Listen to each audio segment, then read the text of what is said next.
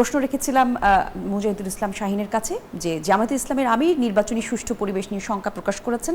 তিনি বলেছেন নির্বাচন কমিশন বিশেষ করে বিএনপির প্রতি পক্ষপাতিত্ব দেখাচ্ছে। বিষয়টিকে কিভাবে ব্যাখ্যা করবেন? ধন্যবাদ আপনাকে।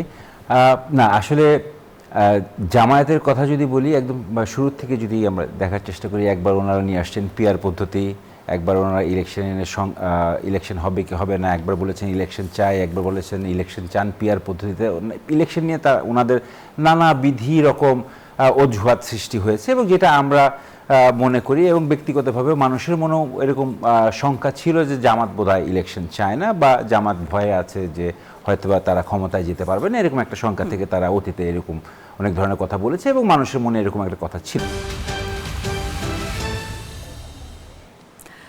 দেশে ত্রয়োদশ জাতীয় সংসদ নির্বাচন সামনে রেখে রাজনৈতিক অঙ্গনে প্রশ্নের কোনো শেষ নেই। একদিকে নির্বাচন কমিশন বলছে পরিবেশ সুষ্ঠু, অবাধ এবং নিরপেক্ষ, অন্যদিকে জামায়াতে ইসলামী বলছে এই পরিবেশ এখনো নির্বাচনের জন্য তৈরি নয়। আর মাঠ পর্যায়ে প্রার্থীদের মঞ্চ ভাঙার অভিযোগ আছে, আয় ব্যয়ের তথ্যের গরমিল, সেই সঙ্গে নির্বাচন থেকে দল বাদ দেওয়ার দাবি।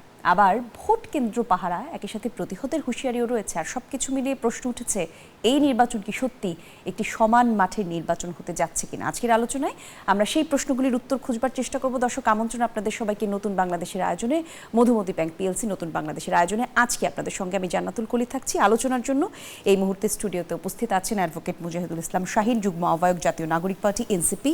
আর কিছুক্ষণের মধ্যেই আমরা আমাদের সঙ্গে পাবো ব্যারিস্টার সৈয়দ ইজাজ কবির, সম্পাদক জাতীয়তাবাদী আইনজীবী ফোরাম। মুজাহিদুল ইসলাম শাহিন, আপনার কাছে শুরুতে আসতে চাই।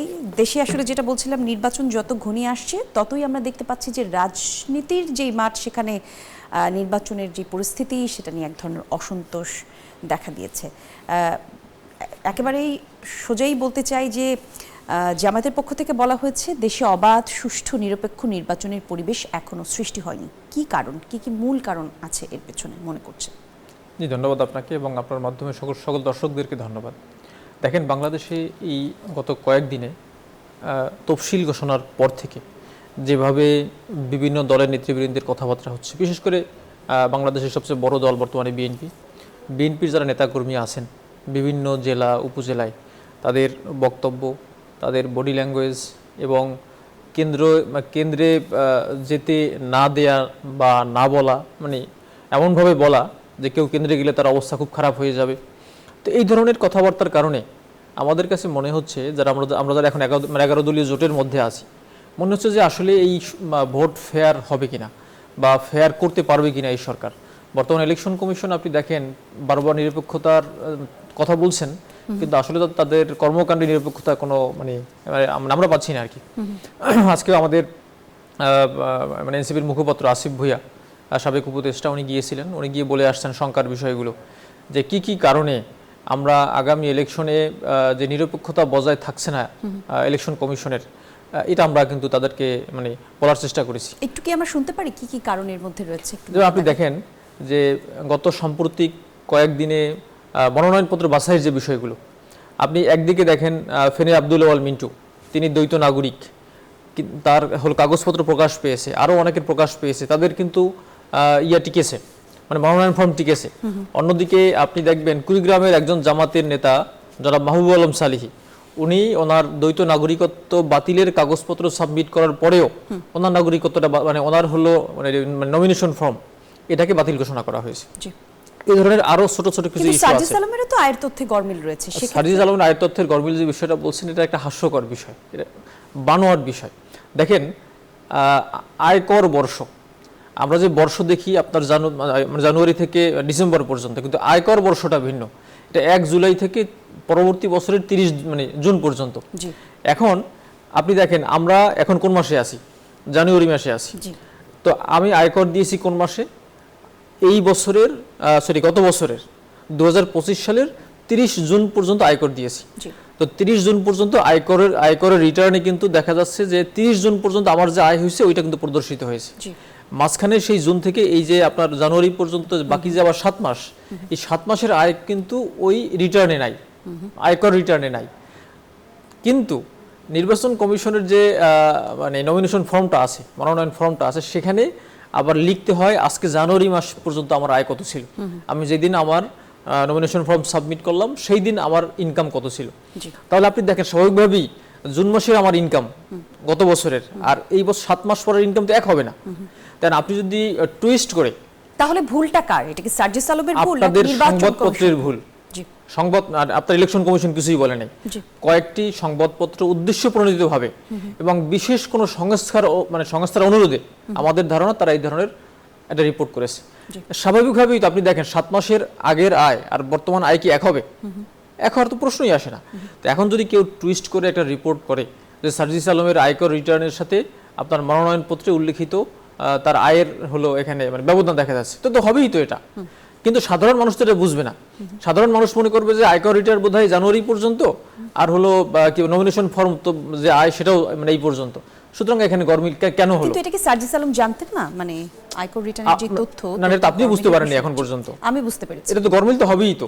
7 মাস আগের আয়কর রিটার্নের আয় সেটা তো এবছরে এসে যোগ হবে না। হ্যাঁ, যোগ হবে না তো। জি। তাহলে তো আপনার গরমিল তো হবেই তো, স্বাভাবিকভাবেই তো হবে। আপনার আগের 7 মাস আগের আয় আর বর্তমান আয় তো এক হবে না। তার মানে কি? তার মানে হলো বর্তমান আয় দেখাতে হয় আপনার নমিনেশন ফর্মে, যে আপনার আজকে পর্যন্ত আপনার ব্যাংকের স্থিতি কত, আর 7 মাস আগে যেটা ছিল সেটা ছিল নমিনেশন ফর্মে, আয়কর রিটার্নে। তার মানে গরমিল তো থাকবেই।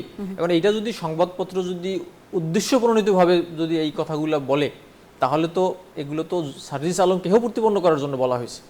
আপনার আয়কর রিটার্ন, আমার আয়কর রিটার্ন, এবং যদি আজকের আয় বা আজকের যে আমাদের সম্পদ বিবরণী, এটা তো সবসময় ডিফারেন্স হবে।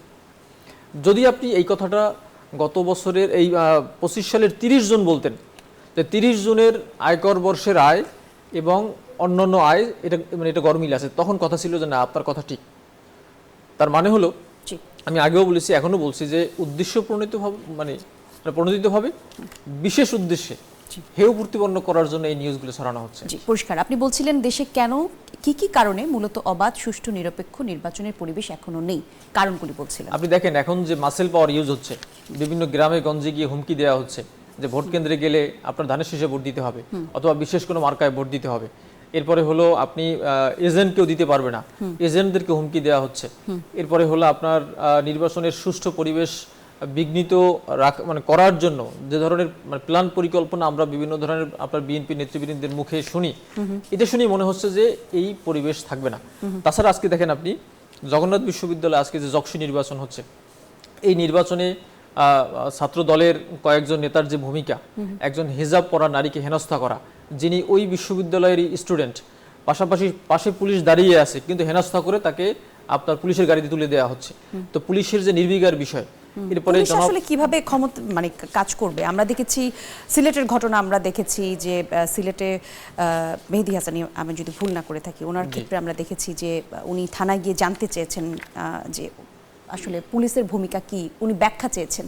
ওনার যে বডি ল্যাঙ্গুয়েজ ছিল, আপনি কিছুক্ষণ আগে বডি ল্যাঙ্গুয়েজের কথা বলছিলেন, ভাষার কথা বলছিলেন, আপনার শব্দগুলোই যদি ব্যবহার করি, ওনার যে বডি ল্যাঙ্গুয়েজ ছিল সেটা আইনের প্রতি কতখানি শ্রদ্ধাশীল ছিল।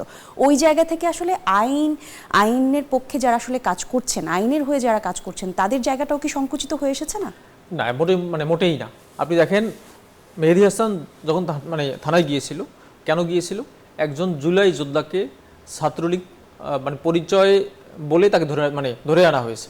আপনি দেখেন সারা বাংলাদেশে যারা জুলাই যোদ্ধা আছে, সুযোগ পেলেই এদেরকে চরিত্রহরণ করা হচ্ছে, এদেরকে আপনার গ্রেপ্তারের চেষ্টা করা হচ্ছে। আপনি দেখেন সুরভিকে, এই যে আপনার কি তাহরিমা জান্নাত সুরভি, কি এলিগেশনে তাকে গ্রেপ্তার করা হলো মধ্যরাতে ফিল্মি স্টাইলে, যে 50 কোটি টাকা চাঁদাবাজির অভিযোগ। কিন্তু এই সরকার তো বিপ্লবীদেরই সরকার, আপনাদের সরকার না। সরকার হলেও এই সরকারে এখনো সেই ফ্যাসিস্ট প্রেতাত্মারা এখনো কিন্তু লুকিয়ে আছে, এবং তারা যখনই সুযোগ পায় তখনই এ ধরনের যারা জুলাই যোদ্ধা আছে এদের চরিত্র হরণ করার চেষ্টা করে। আপনি দেখেন যে এই যে সুরভিকে নিয়ে আসা হলো, আপনি তো পরের সব তথ্যগুলো আপনি জেনেছেন, যার ফলে আপনার কাছে এখন কি মনে হচ্ছে যে আসলে কি 50 কোটি টাকা চাঁদাবাজির কোনো ঘটনা এখানে ছিল? মাত্র 5 লক্ষ টাকা চাঁদাবাজির কথা বলা হচ্ছে, এবং তাও আপনার একদম অসত্য একটা অভিযোগ, যেটা আপনি মাত্র 5 লক্ষ কি 5,000 টাকাও চাঁদাবাজি করা উচিত নয়। না, আপনি দেখেন 50 কোটি টাকার অভিযোগ আপনার মিডিয়া ছড়িয়ে দেওয়া হলো। এরপরে কি বলা হলো যে তিনি সেনাপ্রধান এবং হলো অন্যান্য যারা উপদেষ্টা আছে এদের বিরুদ্ধে ক্রুশবিপূর্ণ বক্তব্য দিয়েছেন, সুরভি বক্তব্য দিয়েছেন, এই ধরনের নিউজ ছড়িয়ে দেওয়া হলো। এরপরে 50 কোটি টাকা চাঁদাবাজির অভিযোগে তাকে গ্রেপ্তার করা হলো মধ্যরাতে। এবং কবে গ্রেপ্তার করা হয়েছে? আমি ওই এজাহারটা ইন টোটো পড়েছি, সেখানে আপনি দেখবেন যে 26 নভেম্বর মামলাটা হয়েছে, তাকে গ্রেপ্তার করলো 25 ডিসেম্বর, 1 মাস পরে। এবং যেভাবে রাতের আধারে তাকে ওখান থেকে নিয়ে আসা হলো তাতে মনে হয়েছে যে এ বোধহয় একদম হিনিয়াস, একদম মানে একটা ক্রিমিনাল। জি, জুলাই যোদ্ধাদের উপরে আইনে যারা কাজ করছেন, আইন শৃঙ্খলা বাহিনীদের অত্যাচারের কথা আপনি বলছিলেন। একটা প্রশ্ন আছে এটা নিয়ে আপনার কাছে আমার সম্পর্কিত, কারণ আমরা দেখেছি যখন এই সরকার গঠিত হয় অর্থাৎ অন্তর্বর্তীকালীন সরকার, তখন নানা রকম রদবদল আমরা দেখেছি, বিভিন্ন ছাঁটাই বাছাই আমরা দেখেছি, এবং যাদেরকে নিয়োগ দেওয়া হয়েছে তাদেরকেও খুব বুঝে শুনে বেছে পড়েই নিয়োগ দেওয়া হয়েছে। সিদ্ধান্তগুলো আসলে কারা নিচ্ছে? অর্থাৎ জুলাই যোদ্ধাদের বিপরীতে কেউ গেলে অথবা জুলাই যোদ্ধাদের বিপরীতে কোনো মামলা হলে সেটা আইনের বিপরীতে হয়ে যায় কিনা, এই প্রশ্নটা রেখে একটু যাব একটা ছোট্ট বিরতির পর, আবারও ফিরে এই উত্তরটা নিব। দর্শক আমাদের সঙ্গেই থাকুন, নতুন বাংলাদেশের আয়োজনে একটা ছোট্ট বিরতির পর ফিরছি।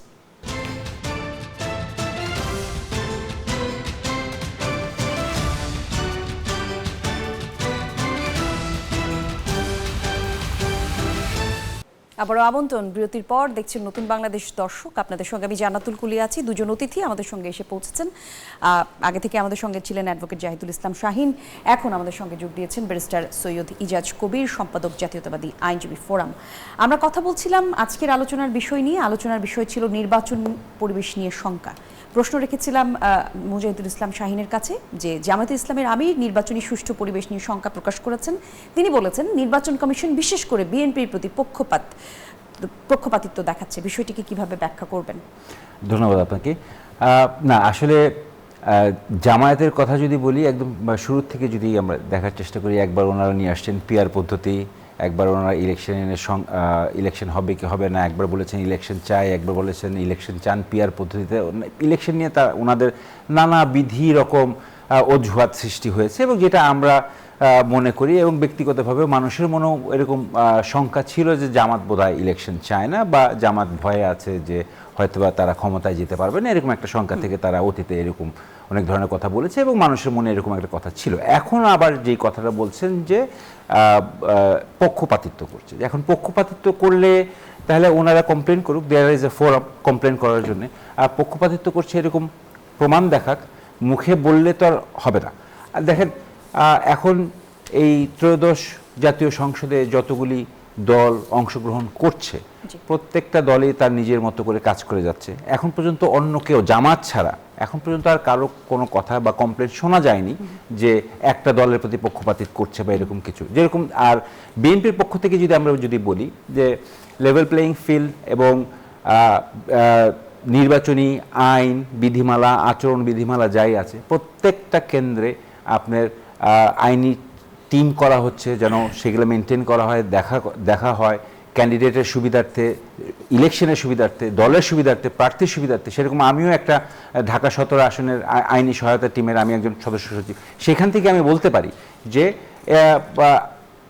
আমাদের তরফ থেকে, জাতীয়তাবাদী দলের তরফ থেকে আমাদের যতটুকু সম্ভব লেভেল প্লেয়িং ফিল্ড, অন্যের প্রতি সদাচরণ সব কিছু ঠিক রেখে আমরা ইলেকশনটা করার দিকে চেষ্টা চালিয়ে যাচ্ছি। এবং আমরা মনে করি যে হ্যাঁ, যেরকম আবহাওয়া, যেরকম পরিবেশ থাকা উচিত সেরকম হয়তো অপটিমাম লেভেলে নেই, তারপরও যথেষ্ট পরিমাণে বর্তমানে পরিবেশ আছে যেখানে ইলেকশন করা যায়। কিন্তু পক্ষপাতিত্বের আচরণ মানে কমপ্লেইনটা যদি আনেন যারা, ওনারা আসলে তাহলে যারা পক্ষপাতিত্ব করছেন তাহলে ওখানে লিখিত দেখ, ওখানে ওনারা বলুক।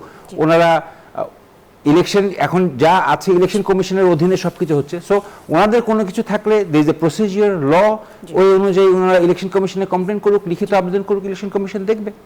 একটু তাহলে জানতে চাই এই প্রসঙ্গে একই রকম মুজাহিদুল ইসলাম শাহীন, তাহলে আপনারা মানে সেরকম কোনো কমপ্লেন করবেন কিনা? আরও একটি বিষয় যোগ করে বলতে চাই যে আপনারা বলছেন আমরা চাই না জাতীয় পার্টি নির্বাচনে থাকুক।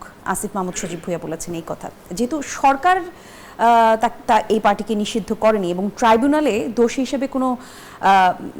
হিসেবে কোনো রায়ও দেওয়া হয়নি, তাহলে আসলে কোন প্রক্রিয়াতে এই নির্বাচন থেকে জাতীয় পার্টিকে বাদ দেওয়া হবে? প্রশ্ন এক। আর যেটা আসলে বলছিলেন যে আপনারা কোনো কমপ্লেন করবেন কিনা?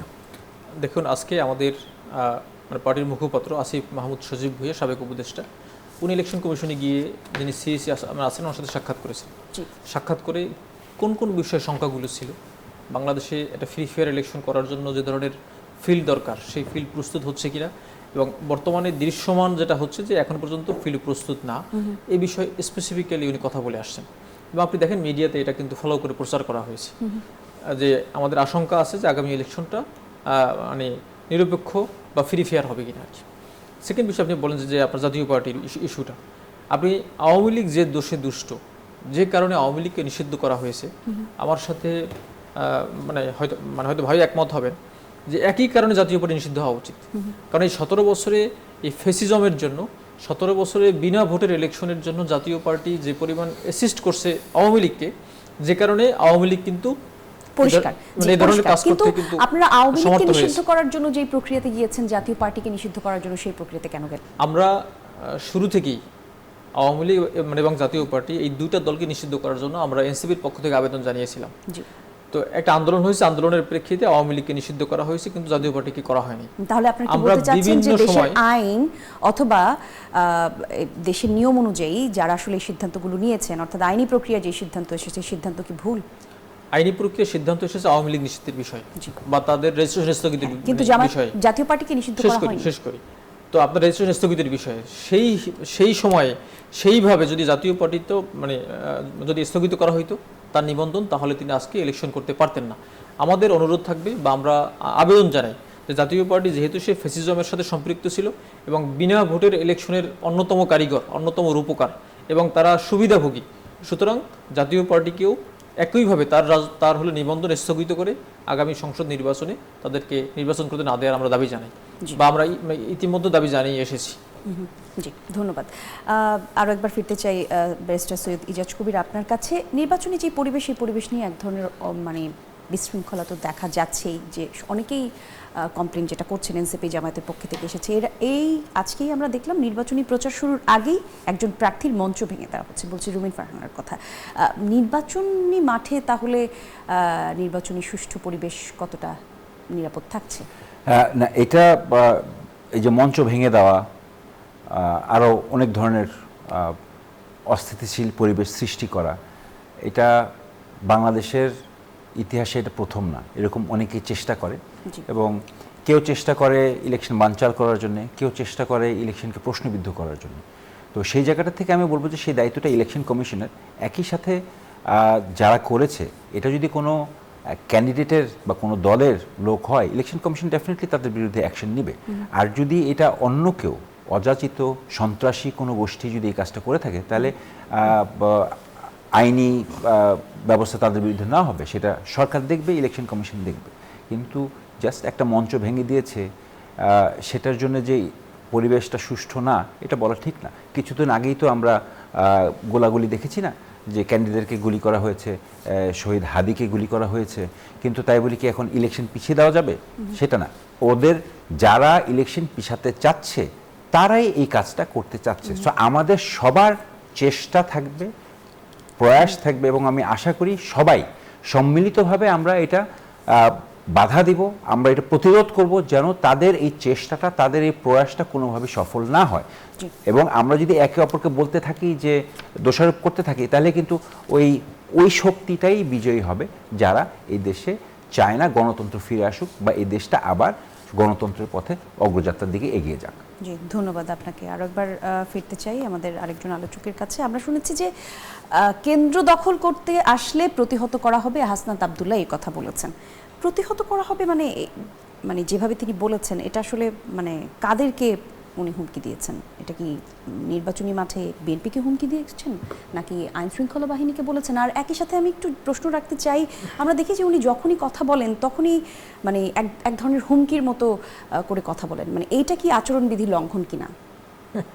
দেখেন, আপনি হলো প্রতিহত করা হবে, তার কেন্দ্র দখলের প্রস্তুতি হয়তো তিনি শুনেছেন, অথবা কেন্দ্র দখল করার কোনো সম্ভাবনা তৈরি হয়েছে। এই ধরনের পরিস্থিতিতে ফার্স্ট কাজ হলো আইন শৃঙ্খলা বাহিনী আর কি। আইন শৃঙ্খলা বাহিনী এই আপনার হলো কেন্দ্র যেন দখল না হয়, ইলেকশন যেন ফ্রি ফেয়ার হয়, যেন রিগিং না হয় বা ভোট কারচুপি যেন না হয়, সেটা আইন শৃঙ্খলা বাহিনী বা ইলেকশন কমিশনের দায়িত্ব হলো প্রোটেক্ট করা বা প্রতিহত করা। যখনই দেখা যায় যে বাংলাদেশের বিভিন্ন ধরনের বিভিন্ন কেন্দ্রে গিয়ে আপনার হলো ভোট দিচ্ছে, আপনার রাতে ভোট হচ্ছে, এই ধরনের বিষয়গুলো আগে দেখা গিয়েছে আর কি। এই জন্য অনেক সময় অনেক জায়গায় শঙ্কা দেখা দেয়। আপনি দেখেন হাসনাত আব্দুল্লাহর আসনের যিনি বিএনপির প্রার্থী, তিনি একসময় বলেন যে তিনি হাসনাত আব্দুল্লাহকে তাকে চিনেনি না, আবার এক সময় বলেন যে তার বংশমর্যাদা নাই, কার ছেলে, কিসের ছেলে, এই ধরনের কথাবার্তা বলছেন। সুতরাং হাসনাত আবদুল্লাহর আসনে এ ধরনের কোনো শঙ্কা হয়তো তৈরি হতে পারে, যে কারণে হয়তো তিনি বলেছেন যে যদি কেউ ভোট কেন্দ্র ইয়া করে কি বলে মানে আশঙ্কা প্রকাশ করেছেন যে ভোট কেন্দ্রে হামলা হলে তিনি প্রতিহত করবেন। হ্যাঁ, কিন্তু ভোট কেন্দ্রে পাহারা দেওয়ার যে আহ্বান তিনি দিয়েছেন সেটা আইন নিজের হাতে তুলে না নেওয়া না, ভোট শামিল কেন্দ্রে পাহারা দেওয়ার দায়িত্ব দেয়া মানে আপনার হলো এটা হলো নিজের হাতে তুলে নেওয়া না আইন। কারণ হলো আপনি দেখেন ভোট কেন্দ্রের আশেপাশে অনেক ভোটার থাকে, যখন কেউ লাঠিসোঁটা নিয়ে ভোট কেন্দ্র দখলের জন্য আসে তখন সাধারণ মানুষ কিন্তু সেলফ ডিফেন্সের জন্য কিন্তু প্রতিহত করতে পারে। যে ভোট কেন্দ্র পাহারা দেওয়ার যে বিষয়টা, এটা কিন্তু বাংলাদেশে সেই প্রাচীন কাল থেকে হয়ে আসছে, যখন থেকে ইলেকশন হয় যে ভোট কেন্দ্র পাহারা দেওয়া, দুই দলের লোক থাকা। বাট এখানে মূল দায়িত্ব আইন শৃঙ্খলা বাহিনীর। আইন শৃঙ্খলা বাহিনী ওখানে যেন ভোট কেন্দ্রে কেউ ঢুকতে না পারে ভোটার ব্যতীত, এবং ভোটারগণ ভোট দিয়ে বের হয়ে যাবে, ওখানে যেন জাল ভোট দিতে না পারে সেই ব্যবস্থা করা বা সেই দায়িত্ব আইন শৃঙ্খলা বাহিনীর এবং ইলেকশন কমিশনের।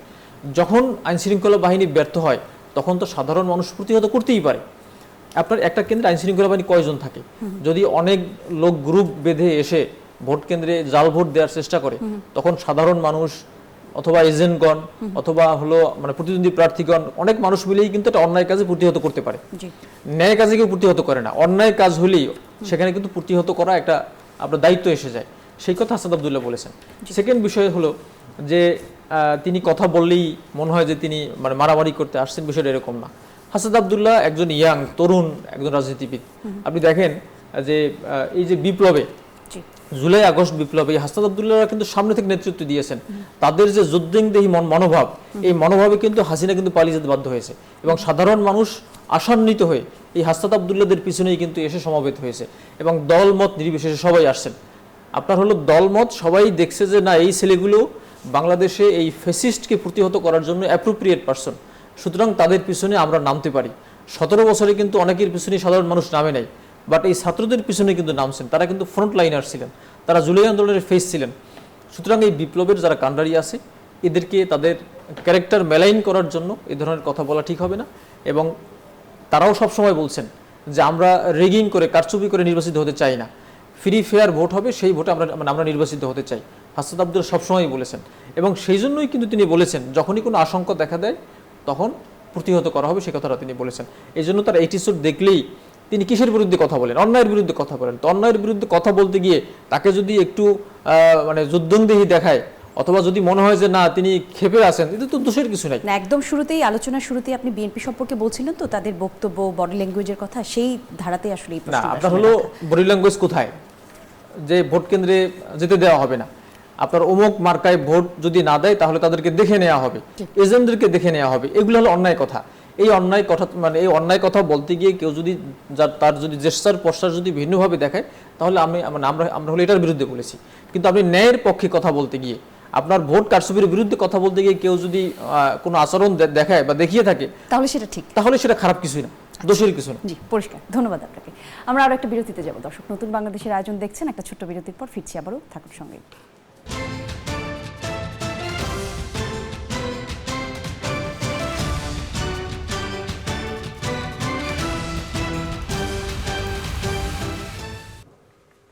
আর একবার আমন্ত্রণ, দর্শক দেখছেন মধুমতি ব্যাংক পিএলসি নতুন বাংলাদেশ। আলোচনার জন্য আজকে স্টুডিওতে আছেন ব্যারিস্টার সৈয়দ ইজাজ কবির, সম্পাদক জাতীয়তাবাদী আইনজীবী ফোরাম, আছেন অ্যাডভোকেট মুজাহিদুল ইসলাম শাহীন, যুগ্ম আহ্বায়ক জাতীয় নাগরিক পার্টি এনসিপি। আলোচনার বিষয় আজকে আমরা ঠিক করেছি নির্বাচন পরিবেশ নিয়ে শঙ্কা, রাজনৈতিক অবস্থার পরিবর্তন সম্পর্কে একটা প্রশ্ন করতে চাই ইজাজ কবির আপনাকে। সেটি হচ্ছে জামায়াতের সঙ্গে জোট করার কারণে বিএনপি একসময় ত্যাগ করেছিল, পরে আওয়ামী লীগের সঙ্গে যোগ দিয়েছেন, এবং সেই জায়গা থেকে আমরা বলছি যে দল বদলের এই হিসেবটা, এটা কি আদর্শিক নাকি কৌশলগত অথবা নীতিগত জায়গা থেকে কতখানি ঠিক? ধন্যবাদ। আমি এই পর্বে কথা বলার শুরুর আগে আমি আপনাকে একটু কারেক্ট করে দিতে চাই। আমার পদবিটা হচ্ছে মানবাধিকার সম্পাদক না।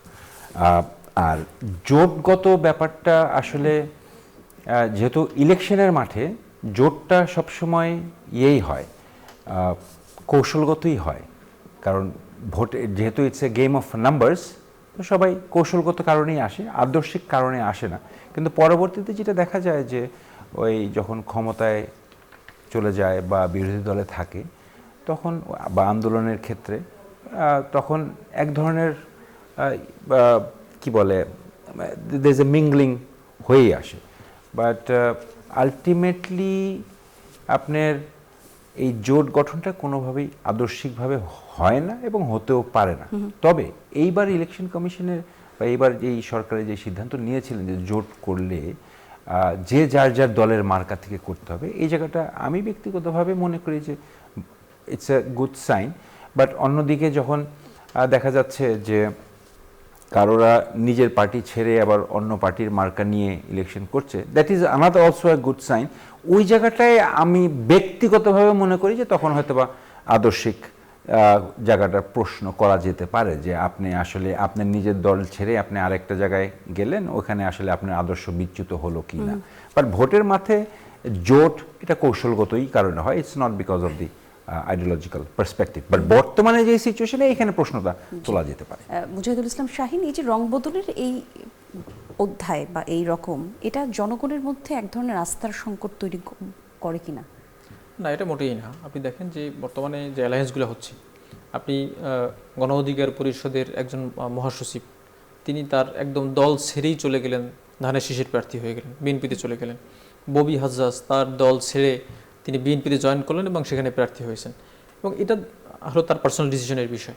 বাংলাদেশের মানুষ মনে করে যে ববি হাজ্জাজ একজন ভালো তরুণ উদীয়মান রাজনীতিবিদ, তিনি যদি বিএনপির সাথে গিয়ে এমপি হতে পারেন, সংসদে যেতে পারেন, দ্যাটস গুড। এবং এখানে আপনার পলিটিক্যাল অ্যালায়েন্স হইতেই পারে, আপনার নির্বাচনের জন্য আপনার নির্বাচনী যে সমঝোতা, এটা হতেই পারে যে কোনো ইয়ার কাছে, কিন্তু এতে রং বদলের কিছু আমি দেখি না।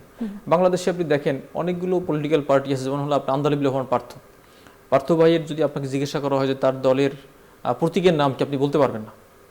আমার ধারণা হয়তো আপনি বলতে পারবেন, মানে হয়তো পারবেন কি আমি জানি না। তো এখন পার্থ ভাইয়ের মতো লোক কিন্তু সংসদে যাওয়া দরকার। এখন সেখানে যদি তিনি মনে করেন যে না, আমি অমুক দলের সাথে গিয়ে তার প্রতীক নিয়ে আমি যদি সংসদে যেতে পারি, দেশের জনগণের জন্য ভালো হবে, আমি এটা এখানে রং বদলের তেমন কিছুই দেখি না। আর হলো আদর্শিক যে বিষয়টা, বাংলাদেশে আদর্শিক দল বলতে ডানপন্থী দল, বামপন্থী দল, আবার কোনো কোনো দলের ডানপন্থী বামপন্থী মিলিয়ে মধ্যমপন্থী একটা মানে আদর্শ আছে। সব মিলিয়ে এখানে রং বদলের কিছু নাই। কিছু কিছু ভালো মানুষের সংসদে যাওয়া দরকার, জনগণের উন্নয়নের জন্য সৎ মানুষের সংসদে যাওয়া দরকার। সেটা যে দল থেকে যেভাবে যে যেতে পারে, মানুষ যাকে ভোট দেয় মানে তারাই যাবে আর কি।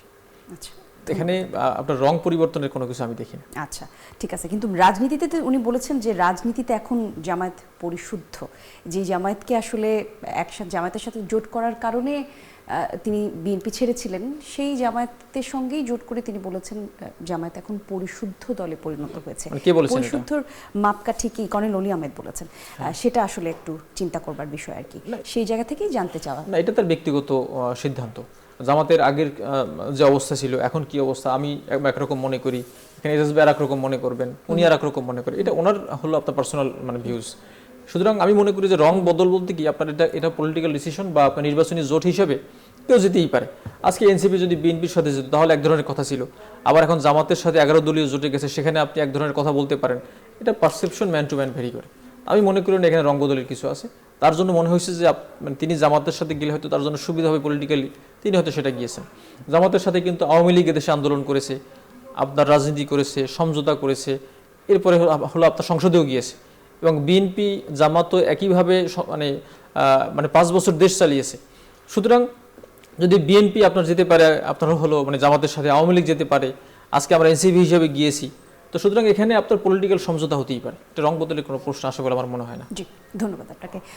সৈয়দ এজাজ কবির, একটু আপনার কাছে জানতে চাই, রংপুরের এক বিএনপি কর্মী দুধ দিয়ে গোসল করে বলেছেন আমি বিএনপি থেকে পদত্যাগ করছি, বিএনপির সাথে আর আমার রাজনৈতিক সমঝোতা নেই, কারণ বিএনপি সম্পর্কে তিনি অনৈতিকতা, চাঁদাবাজি এই সকল কিছুর অভিযোগ তুলে তিনি সেখান থেকে বের হয়েছেন। বিএনপি তৃণমূলের রাজনীতিতে কিছুটা পিছিয়ে পড়েছে কিনা? কে দুধ দিয়ে নিজে গোসল করলো আর কে পানি দিয়ে গোসল করলো, তাতে আসলে বিএনপির মতো বড় দলের কিছু আসে যায় না।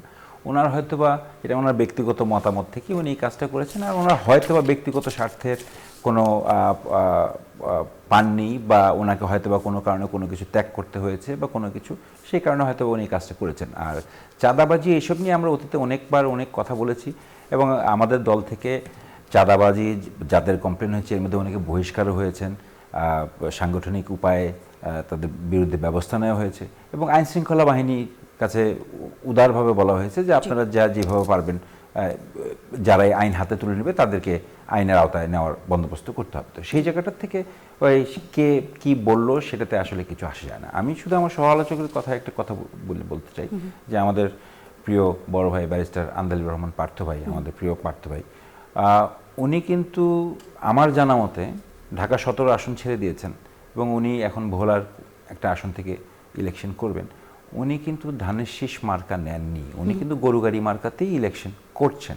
সো ওনার যে পলিটিক্যাল স্ট্যান্ড, উনি সেই জায়গাটায় ঠিক আছেন। ওনার অ্যালায়েন্স আছে বিএনপির সাথে, উনি বিএনপির মতাদর্শের সঙ্গে একমত, জাতীয়তাবাদী মতাদর্শের সঙ্গে একমত, সার্বভৌমত্বের সাথে একমত, ফরেন পলিসি, ডিফেন্স পলিসি ইত্যাদির সাথে ওনার পার্টি এবং বিএনপির একমত। কিন্তু উনি ইলেকশনটা জোটে থাকা সত্ত্বেও কিন্তু উনি ধানের শীষ মার্কা উনি নিজে নেননি, উনি নিজে ওনার নিজের পার্টি মার্কা গরু গাড়ি, সেই মার্কাতেই উনি ইলেকশন করছেন।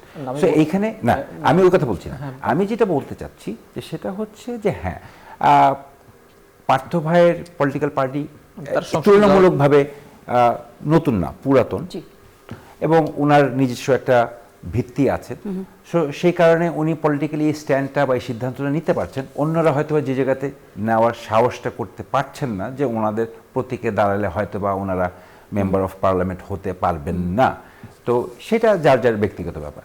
কিন্তু এই আমি ব্যক্তিগতভাবে মনে করি যে যদি আমার যদি একটা পার্টি থাকে তাহলে আমি আমার পার্টি থেকেই দাঁড়াতাম, বা যদি আমার ভোট যদি আমি সেরকম বিশ্বাস থাকতো আমি আমার মার্কা নিয়ে আমি দাঁড়াতাম। মুজাহিদ হোসেন কিছু বলতে চাচ্ছিলেন? বলতে চাচ্ছিলাম যে আমি ওটা বলি না যে পার্থ ভাইয়ের সংসদে যাওয়া উচিত, আমি সে কথাটা বলছি।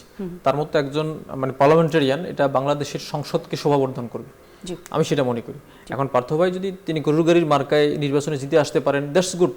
কিন্তু বাংলাদেশের মানুষের একটা পারসেপশন আছে কয়েকটা প্রতীকের বিষয়ে, ধানের শীষ বা আপনার হলো দাঁড়িপাল্লা বা নৌকা। সেটা কি এক ধরনের আস্থার প্রতীক না? আপনি কি সেটা মনে করেন না যে রাজনৈতিক দলগুলো লম্বা সময় ধরে বাংলাদেশের রাজনীতি করেছে, তাদের সঙ্গে জনগণ ছিল, সেই জায়গা থেকে কি মানুষের আস্থা, নাকি এটা আস্থার প্রতীকটা এটা রেওয়াজ হয়ে গেছে? কিছু মানুষ আপনি দেখবেন নৌকায় ভোট দেয়, কেন ভোট দেয় তিনি নিজে জানেন না। এই যে শেখ হাসিনা বাংলাদেশে এতগুলো মানে মানুষ হত্যা করেছে, 17 বছরে এত গুম খুন মানে করেছে, তারপরেও দেখবেন তিনি ভোট দিবেন নৌকায়, এবং কোনো রিজনিং নাই, রিজন ছাড়া। এই জন্য বাংলাদেশের মানুষ এখন পর্যন্ত আপনি দেখেন জোহরান মামদানির কথা দেখেন, তিনি হঠাৎ করে এসে কিভাবে পরিবর্তন করে দিয়ে মানুষের মন জয় করে তিনি কিন্তু নির্বাচিত হয়ে গেলেন। কিন্তু বাংলাদেশে কিন্তু জোহরান মামদানি হওয়া সম্ভব না। বাংলাদেশে আপনি যদি শহর অঞ্চলে আপনি দেখেন, কিছু মানুষ সচেতন আছে, তারা কিন্তু চিন্তা করে মানে ভেবে চিন্তে বুঝে শুনে একজন ভালো প্রার্থীকে ভোট দেয়। তাও আগে ছিল না, এখন অনেক সচেতন হয়েছে। কিন্তু বাংলাদেশে আপনি দেখবেন যে মার্কার একটা বিশেষ একটা ইফেক্ট আছে। সেটা কি আপনি মনে করেন না যে মার্কার প্রতি মানুষের আস্থার কারণ হচ্ছে মানুষকে সঠিকভাবে সচেতন করা হয় না, রাজনীতি নিয়ে মানুষের সাথে খোলামেলা আলাপ হয় না, রাজনীতিবিদরা যে রাজনীতি করেন তৃণমূলের মানুষ সেই রাজনীতি সম্পর্কে জানে না, সাধারণ মানুষ ভোট কোথায় দিবে তাদের সেই অধিকার সম্পর্কে সঠিকভাবে তাদের তথ্য প্রদান করা হয় না। এই যে গণভোট হচ্ছে, গণভোট সম্পর্কে সাধারণ মানুষ কতখানি তথ্য জানে, এগুলো তো জানানোর দায়িত্ব রাজনৈতিক দলগুলোর, নির্বাচন কমিশনের, আইন শৃঙ্খলা বাহিনীর, সব পর্যায়ে থেকে। তো সেই জায়গা থেকে সাধারণ মানুষকে কতখানি সেই তথ্যগুলি দেওয়া হয়, সেই জায়গায় একটু ঘাটতি রয়েছে বলে মনে করেন কিনা? আপনি দেখেন বাংলাদেশের কত শতাংশ মানুষ মধ্যবিত্ত, কত শতাংশ মানুষ নিম্নবিত্ত, এবং কত শতাংশ মানুষ একদম গরিব। সাধারণ মানুষের কাছে আপনি কিছু যদি রাতে গিয়ে কিছু টাকা গুঁজে দিয়ে বলেন যে আগামীকাল অমুক মার্কায় ভোট দিবেন, কিন্তু সে কিন্তু সেখানে ভোট দিয়ে দিবে। এই ধরনের প্রবণতা গ্রামে গঞ্জে আছে, এবং আপনি দেখেন এই ধরনের মানুষের সংখ্যাই কিন্তু, কারণ গ্রামে গঞ্জের মানুষকে পয়সা ছাড়া আমরা শিক্ষা দিতে পারি না। আমি বলি আপনাকে, কিন্তু এই ধরনের প্রবণতা শেষ পর্যায়ে চলে এসেছে। হ্যাঁ, মানে আপনার এই ধরনের প্রবণতা আছে। এখনো বাংলাদেশের মানুষ ওই লেভেলে সচেতন হয় নাই, তারা ব্যক্তি দেখে, তারা ব্যক্তিতা মানে সততা দেখে তারা ভোট দিবে, তারা চিন্তা করে মার্কা দেখে বা কিছু সামথিং কিছু হইলে তারা ভোট দিয়ে দিতে পারে। এই ধরনের একটা বিষয়। অসংখ্য ধন্যবাদ আপনাদের দুইজনকে আমাদেরকে সময় দিয়েছেন। আলোচনার একদম শেষ পর্যায়ে চলে এসেছি। দর্শক দেখছিলেন নতুন বাংলাদেশের আয়োজন। আগামী পর্বে আরো অন্য কোনো বিষয় নিয়ে আলোচনার জন্য হাজির থাকবো। সঙ্গে থাকার জন্য ধন্যবাদ সবাইকে। বিদায় নিচ্ছি।